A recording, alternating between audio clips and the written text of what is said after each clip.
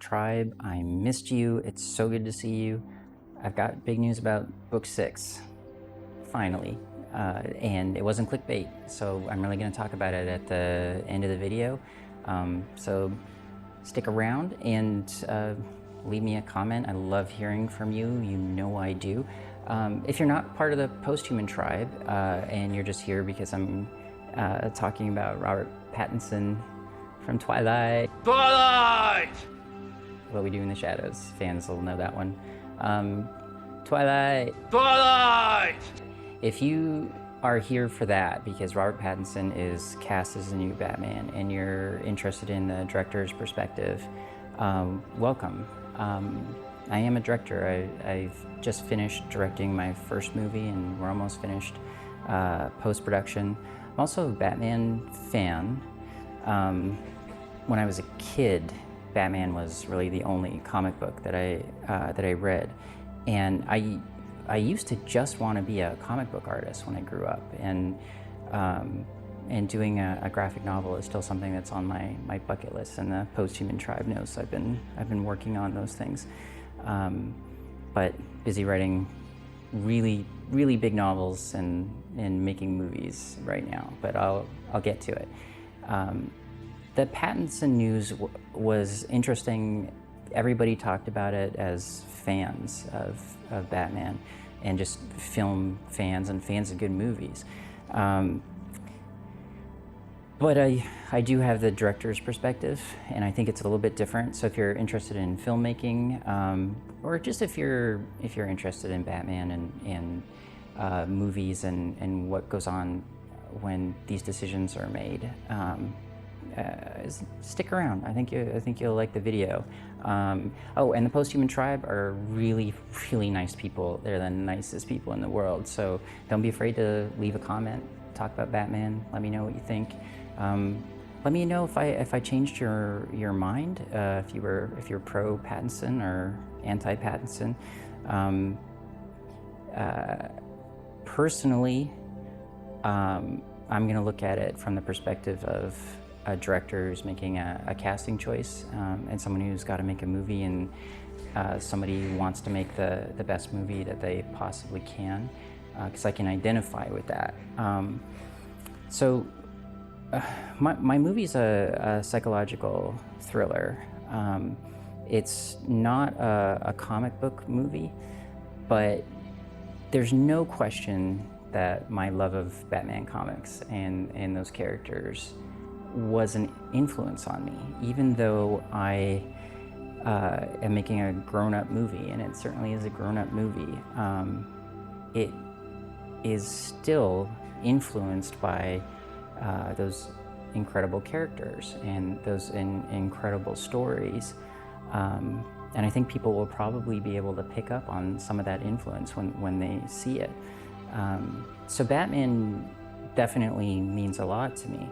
And I understand why it means so much to so many people. And the Posthuman Tribe certainly understands what characters that they love mean to them and why they want those characters to be so protected. They care so much about a really great adaptation being made, and I do too. And there have been some pretty bad Batman movies made, but there's also been some great ones made. And there's reason to be really optimistic that Matt Reeves, the Batman that Robert Pattinson's just been cast for, is going to be more like Christopher Nolan's movies. Not necessarily that they'll be similar movies, like these movies are going to be exactly the same, but there's an analogy in how they're being made. So really quick history lesson. Christopher Nolan's movies came in the wake of disastrous Batman movies, and that was the latest one was Batman and Robin, with George Clooney playing Batman and Arnold Schwarzenegger playing Mr. Freeze. And I don't really want to blame anybody in particular. I don't blame George Clooney for the movie being bad, but it was clear that the studio had really gotten confused and lost their way. At that time, they made a choice to go for camp and color and they wanted to make big summer movies, and they wanted to be able to splash those characters that they owned across some Happy Meals. That was the concern, instead of the concern of telling a great story. But they paid for it. The movie bombed. It was really a disaster. And that, out of that disaster, out of that bombing, came the opportunity or the license to do something that's really different. But at the same time, it shouldn't have been very radical. I mean, if you understand storytelling, it should have been the only logical, really reasonable thing to do. And that was to pick a filmmaker you believed in, and stick to that filmmaker's vision. And that filmmaker turned out to be Christopher Nolan. At that time, Nolan had made Memento, which I loved, and Insomnia, and that was it. But he pitched the idea of doing a Batman movie that was going to be like Richard Donner's Superman movies, which meant taking the characters seriously and giving them a really great origin and caring about story above all else. They liked it, and they were willing to go along with it. And because of Nolan's track record of having been a great storyteller, they didn't interfere, or at least didn't seem to interfere very much, and that's why you ended up with a really good movie. And the lesson to be drawn from this, and it's a lesson that I've learned, it's a hard-won lesson, but it's an incredibly important maxim, and that is that whenever you've got a story, whenever you've got a novel, or if you have, in the case of these movies and in the case of my movie, a film, there has to be a keeper of the vision. One singular mind has to be the keeper of the vision ultimately. And if you're a young filmmaker, you are not selfish or immature because you stick with that. It doesn't mean that you don't like to collaborate. Collaborating is great. But when it comes time, and this is even before filming, when it comes time to move away from development and into actual pre-production, when sets are being built and casting decisions are being made, by then the producers should have already done their homework, and they should know whether or not the keeper of the vision that they've chosen is someone who's capable and competent. This is somebody who's going to take on doing one of the hardest things you can ever try to do, and that is successfully make a good movie.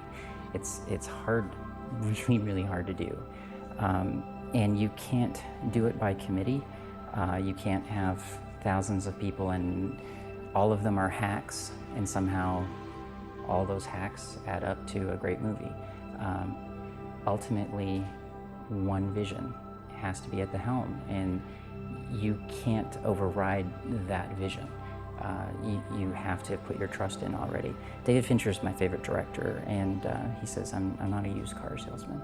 And he lets people know ahead of time what it is that he's going to be doing, what the budget is going to be. I think it takes talent for someone to be able to recognize somebody else's talent. And a talented producer is going to be able to recognize that the person that they're putting in charge of whatever this project is, no matter how big the budget is, that person's got the talent to pull off making a great story, making a great movie. So Matt Reeves comes on the heels of some movies that probably had a lot of executive interference, if we believe the rumors. There's one rumor that the execs at Warner Brothers rushed Justice League to the theater because they wanted to get bonuses for the end of the year. I don't know if that's true, but either Zack Snyder wasn't the right choice to make Batman vs. Superman and Justice League, his vision wasn't right, or he was the right guy, but he never got to bring his vision to life, and it was because of the interference of executives. And so I think even though as outsiders, none of us will get to know, we'll probably ever really get to know what happened, it looks like Warner Brothers is getting it right by handing one person, Matt Reeves, the keys. He's proven himself to be a competent filmmaker so far. He's made the Planet of the Apes movies, and I was looking at his filmography, and he looks like he knows what he's doing. And he's got a vision. It's different than Christopher Nolan's vision, but it's intriguing, it's useful. Like, he's planning on making Batman a detective and focus on that. And he's also really interested in focusing on the one character's point of view, which is something we've never really seen from Batman before. But in the comic books, we see that all the time, where Batman is solving a mystery and we're following the story from his point of view. I'm intrigued by that. I want to see that. And Robert Pattinson, I can tell you, as a director who's cast actors before, and worked with actors and been through all of these things, he's going to be really good. There won't be a problem. A lot of whether or not an actor seems good in a movie has to do with the keeper of the vision. It has to do with the story and how the story is told.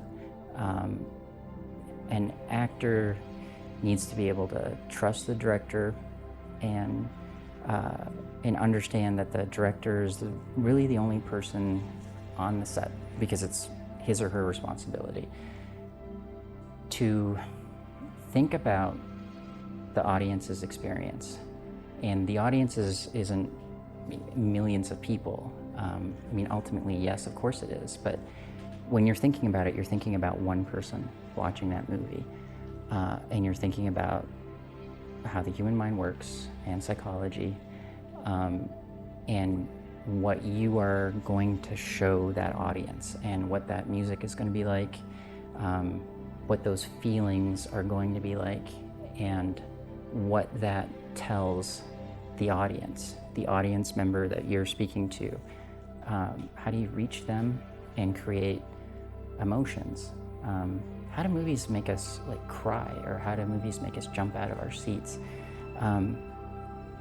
Actors don't always understand how a scene that they're in is going to come together, because they may not necessarily know that the director has ideas for cutting shots together, cross-cutting, what type of music, the color grading that's going to be used. There's so many things that go into making a great moment and making a great experience for the audience.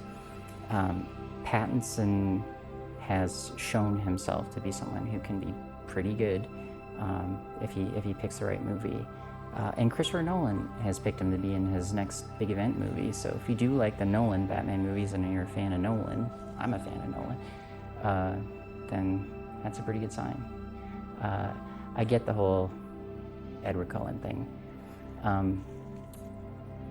One last thing about Pattinson. I saw an interview, it was a couple of years ago, I think, on Howard Stern, and he was talking about how he almost got fired from Twilight. And he was trying to play Edward Cullen dark, because that's how he saw him. The producers saw Edward as very bright and smiley and sunshiny. He stood his ground, fought back, but then the producers actually flew up from California, and his agent talked to Pat and told him they're going to fire you. And he immediately changed his ways and decided to be a cheerful vampire after that. I really like that story as a director, because in the end, they ended up using a lot of his dark, depressed emo acting, but they were able to sprinkle in some more cheeriness as well. And he said he probably was doing it too dark.